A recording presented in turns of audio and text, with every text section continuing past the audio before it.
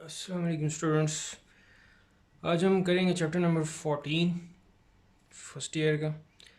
तो chapter number 14 है trigonometric equations. अच्छा, इसमें सबसे पहले आपको मालूम होना चाहिए, can you define what is equation.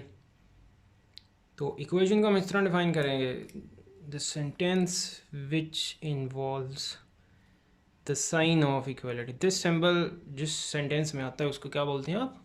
Equality बोलते हैं। उसके बाद देखें जी ट्रिग्नोमेट्रिक इक्वेशंस। तो इक्वेशंस का मतलब तो हो गया कि इक्वलिटी आ रही होगी, ऐसा सेंटेंस है।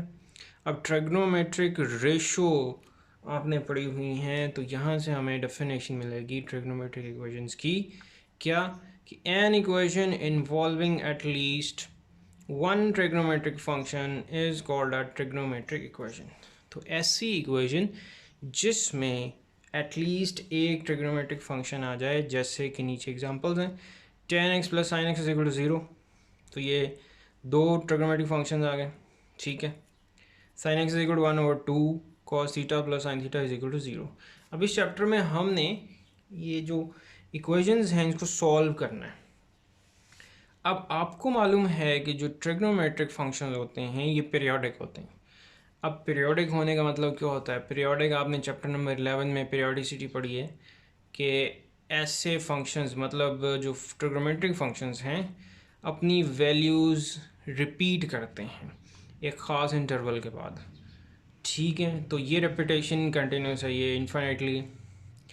तो जैसे आप रोटेशन करते जाएंगे ये वैल्यू उसी हिसाब से रिपीट होती जाएंगी। जैसे आप सर्कल में मूव करेंगे तो सर्कल में मूव करने से क्या होगा कि आप दोबारा से दोबारा उसी पाथ पे ट्रैवल करते जाएंगे और वो कभी भी रास्ता ख़त्म नहीं होगा। तो ऐसे फंक्शन जो अपनी वैल्यूज रिपीट करते हैं पीरियोडिक फंक्शंस कहलाते हैं। अब इनके इनफाइनाइट सॉल्यूशंस होंगे। कितने सॉल्यूशंस होंगे? Infinite solution. जितने भी ट्रिग्नोमेट्रिक इक्वेशंस होंगी उनके कितने सॉल्यूशंस होंगे? Infinitely many solutions. तो ये ट्रिग्नोमेट्रिक इक्वेशंस हमने करनी है सॉल्व। अब इसको सॉल्व करने के लिए हमें चाहिए, सबसे पहले हमें ये मालूम होना चाहिए कि ये 4 क्वाड्रेंट्स होते हैं, आपको मालूम है। अब इन क्वाड्रेंट्स में ट्रिग्नोमेट्रिक फंक्शंस की जो वैल्यूज़ हैं, पॉजिटिव कहाँ पे हैं, नेगेटिव कहाँ पे हैं, ये आपको मालूम है। जैसे CAST, add sugar to coffee, मतलब फर्स्ट में ऑल पॉजिटिव, सेकंड में साइन पॉजिटिव रेसिप्रोकल, थर्ड में टेन और फोर्थ में कॉस पॉजिटिव। अब हमें सबसे पहले तो सिर्फ ये 4 क्वाड्रेंट्स में उनकी वैल्यूज़ फाइंड करनी होंगी और उसी को हम रिपीट कर देंगे। कैसे? उनके पीरियड्स ऐड करके, ठीक है।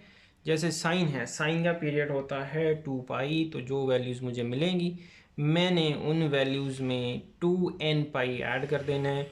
तो 2 पाई के मल्टीपल्स ऐड कर देने हैं, तो वो जैसे तमाम सॉल्यूशंस आपको उसके मिल जाएंगे। अब फर्स्ट क्वाड्रेंट में जो एंगल है वो एज इट इज़ थीटा रहेगा।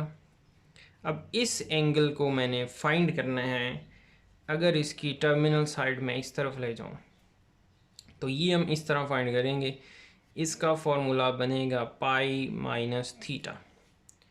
इसी तरह हमने ये जो थर्ड क्वाड्रेंट है इसमें अगर थीटा को लेके जाना है तो फिर हमारे पास जो फॉर्मूला बनता है वो बनता है जी पाई प्लस थीटा, ठीक है।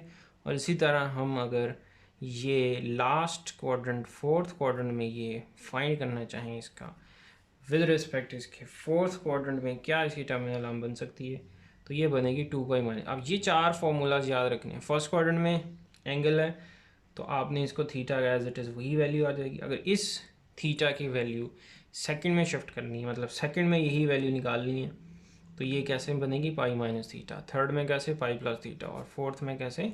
2 पाई माइनस थीटा।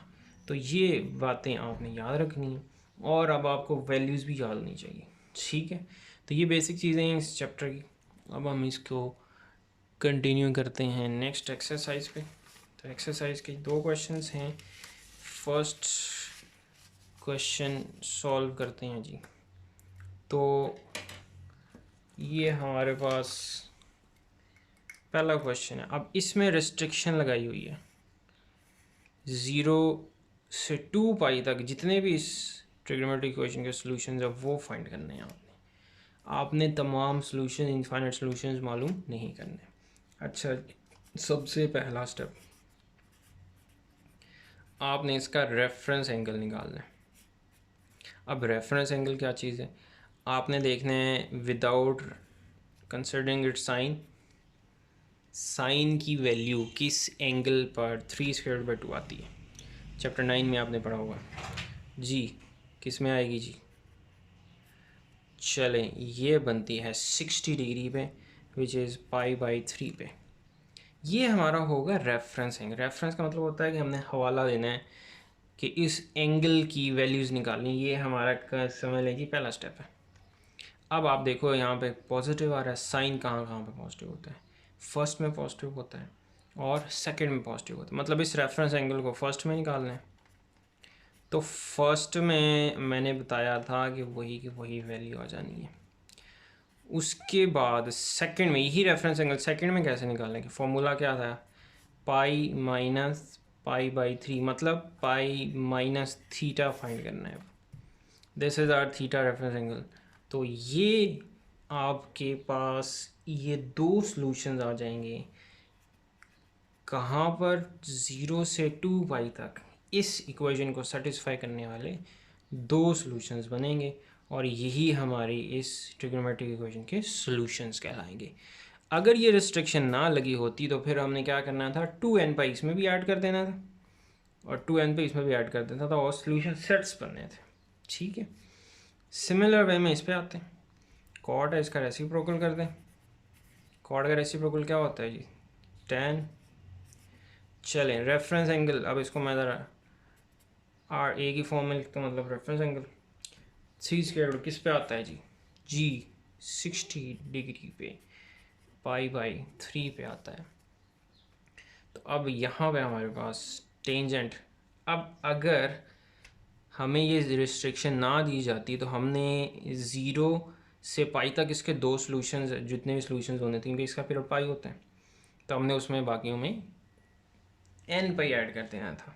जो पीरियड होगा ना वो आपने ऐड करना है। ठीक हो गया। अब इसमें क्योंकि 0 से 2 पाई तक तो हमने चारों क्वाड्रेंट्स में देखना। हाँ जी, tan कहाँ पे पॉजिटिव है? फर्स्ट में पॉजिटिव है तो फर्स्ट में एज इट इज़ आ गया और थर्ड में पॉजिटिव होता है तो थर्ड में किस तरह कैलकुलेट करेंगे?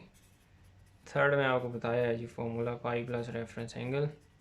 सो these are the two solutions π/3 and 4π/3 in 0 to 2 pi जो इस इक्वेशन को सेटिस्फाई करते हैं। तो ये प्रोसेस है इजी सा 14 चैप्टर का।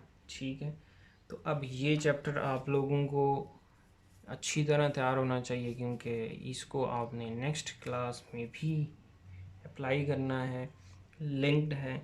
एग्ज़ाम्स कैंसिल होने का मतलब ये नहीं है कि आप पढ़ना ही छोड़ दें। तो ये लेक्चर ज़रूर देखें और इसको प्रैक्टिस करें। बाकी नेक्स्ट लेक्चर में मैं इसके बाकी क्वेश्चंस करूँगा। ओके, चलो हाफिज़।